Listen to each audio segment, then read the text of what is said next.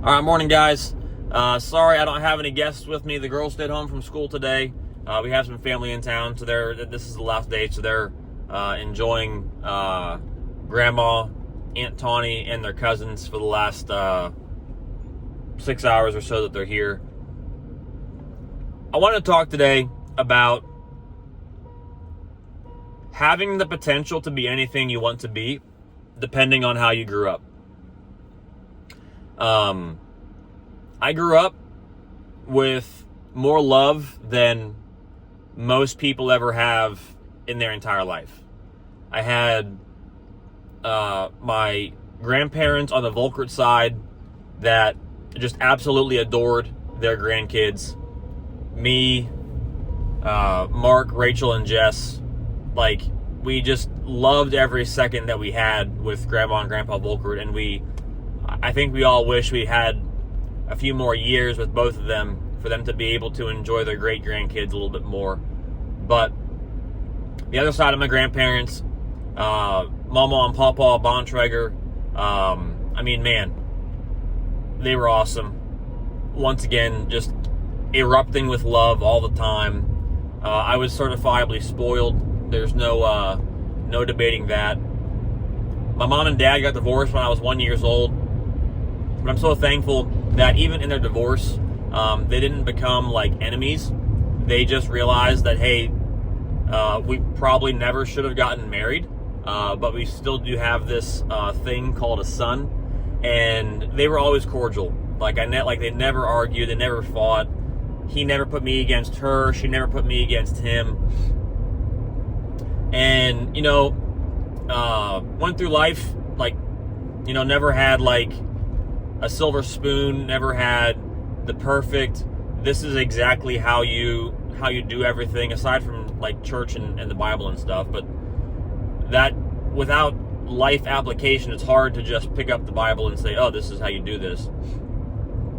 And then fast forward to life, I'm married to I say high school sweetheart, true story. We met when we were actually 12, so I don't know if you call that middle school sweetheart. I have the opportunity to be the dad of 5 amazing kids. I work for a Fortune 500 company. There's not a single need that is not met, and even a lot of our wants.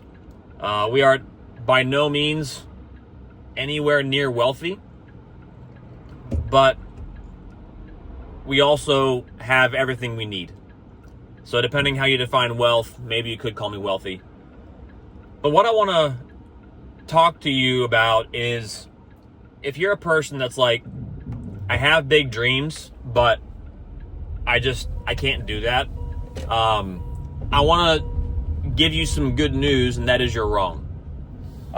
If anybody should not have the ability to be a good dad, it's me.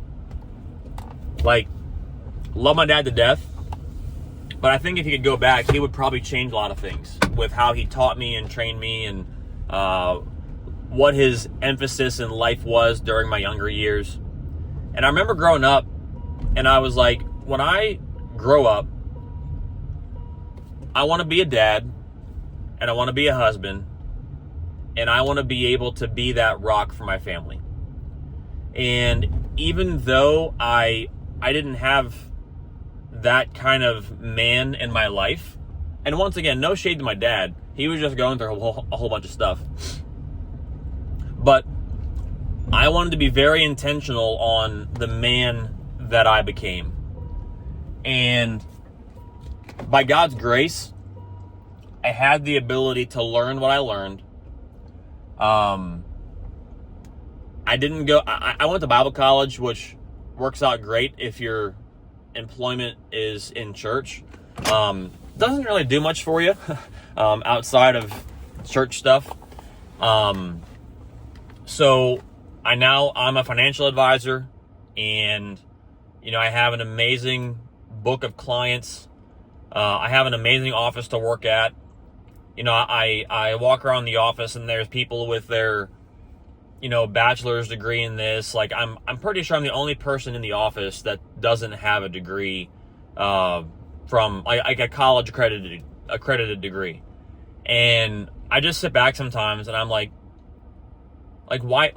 How was I able to get here, get to this company, and not have the credentials? And what I want you guys to think about today is the realization that life does not require credentials for you to be a good person. And no matter if you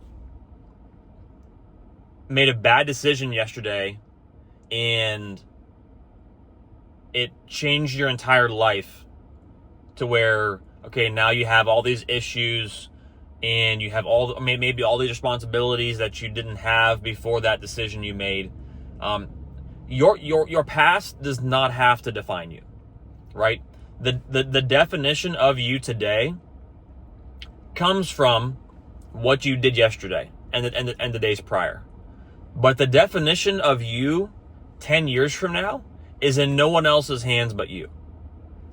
If you want to be known as humble, confident, successful, a Christian, like whatever you want to be known by, the only reason you won't be known by that is if you don't make the decisions and the choices to do those things today. It's not going to happen overnight. We talked yesterday about patience. But if you want to be known as a loving, caring husband, then today you have to love and care for your wife. And tomorrow, and tomorrow, and tomorrow. And next thing you know, as time continues to just tick away, your wife's going to wake up one day and she's going to say, you know what? I have a loving, caring husband. And vice versa. If you're a wife, if you're a kid and you're like, man, I'm the bad kid. Well, no, you're not a bad kid. You just have made a lot of bad decisions, right? That's some wisdom from Lilo and Stitch. And in order to change that, you have to change today. You can't change tomorrow. You can't change yesterday. You can't do anything tomorrow while it's still today. So whatever it is, if it's you want to get good grades, if you want to make that sports team, if you want to stop lying and be a truthful person, if you want to be a humble person, honestly, whatever that is, the only thing that you have to do is it. Now, if you want to say, well, I want to be, wealthy and have a high income and all these things, then start walking down that path that has that income or has that status or that sports team or whatever that goal is that you're trying to reach. Like, today is your only shot to start doing that. And if you have been doing it for a while, today's your only shot to continue doing that. There's an old Chinese proverb, I don't want to mess it up, but it says, the best time to plant a tree was 30 years ago. The second best time to plant a tree is today.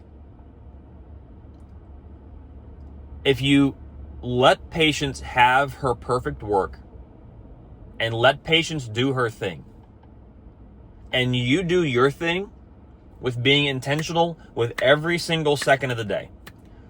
What do you want to do in this hour? What do you need to accomplish? Who do you need to contact?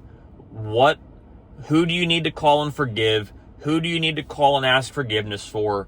Who do you need, it just goes on. And I don't want to just be like a broken record, but I want to leave you with whatever your pedigree or lack of pedigree is, whatever your life credentials are, just throw it out the window. Whatever it is, and write the script. One thing I like when I came over to this company is they had us write a 1-year letter to ourselves. So this was in April. So I dated the letter for April of 2026. And I went through, if I were to write a letter to myself about how well this last year went, what would I want that letter to say? And for me, honestly, I look at that pretty frequently just to have the reminder of what I'm working for. And on that note, never chase wealth. Like, don't chase money.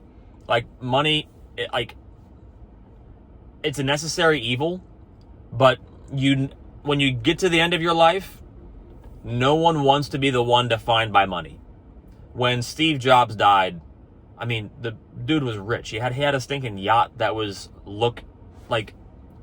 engineered to look like an iPhone. Like, dude was rolling in money. And he died, and all of his money, all of his company, all of his wealth, everything that he ever attained is still here. But he's not.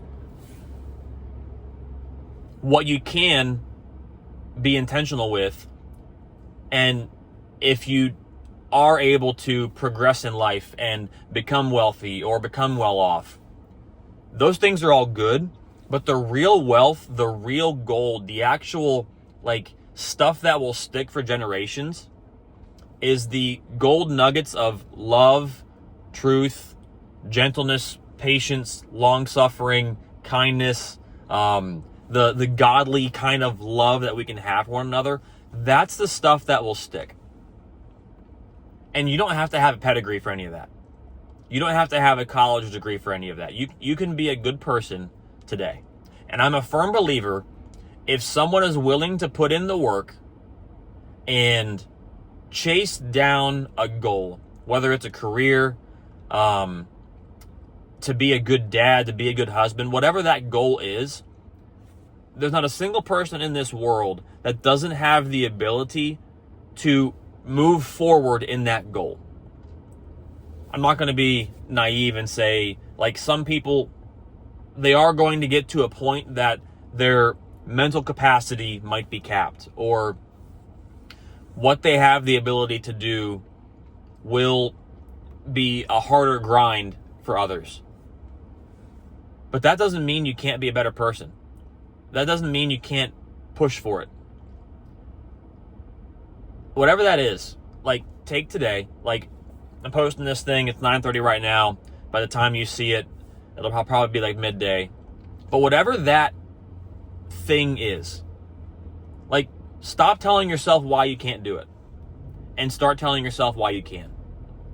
Because if you'll follow God and do what he wants you to do and follow what he wants you to follow, I'm not promising you wealth. I'm not sparkling white teeth Joel Osteen. I'm not promising you prosperity. What I am promising you is fullness. If you will focus on the important things in life and stop telling yourself why you can't ever be this kind of husband, this kind of dad, this kind of employee, this kind of businessman, this kind of business owner, whatever it is. The only reason you're not going to do it is because you won't take a step in the direction to do it. So as I head out today, whatever that first step looks like, go do it and have fun doing it, and realize that the best way to succeed is to fail as often as you can, because every time you failed, it means you tried. Like baseball, you get up, and if you get a hit 3 out of 10 times in a major league, on average in a major league career, you're making it into the Hall of Fame. 3 out of 10. That means 7 out of 10 times you failed. The person that missed the most game-winning shots in NBA history is Michael Jordan. He's also the person that made the most game-winning shots in NBA history. And by the way, Jordan is the GOAT, second to Kobe. Or Kobe second. I love Jordan. Excuse me. I love LeBron and everything he did for Cleveland. He's a freak athlete, but definitely not the GOAT. Just a side note there, in case anybody's wondering. But yeah, just go at it today. Whatever it is, go get it. But last thing, if whatever that you're getting involves not being a good husband, not being a good dad, second guess that. The most important role any man has is to be the best husband he can be. And if you're the best husband you can be, that gives your wife the ability to be the best wife that she can be, to give you the best possible home that you can have. And husbands, dads, that first step is more on you than on your wife. And as I say all these things about goals, do not leave the most important things behind to go get those goals. If you can't carry your family on your back while you're going and getting those goals, reassess.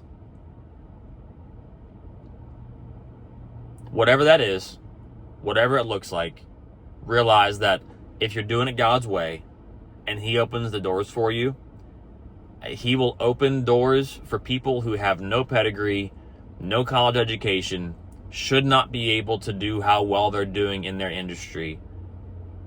And you can walk humbly, you can walk confidently, and you can be the old guy on your deathbed with a room full of your kids and your grandkids. And if you're able to pass some money along down to them, awesome. But if the only thing you ever left them was a nurturing example and love and humbleness, you got that right. So I don't know what that looks like for everyone today, but I got to head into the office. Hope you all had a good one. We'll talk to you soon. And look at the other videos. We're getting better at the world record, and we did golf TPC these past 3 days, so it should be some good golf content for you. All right, guys. Peace out.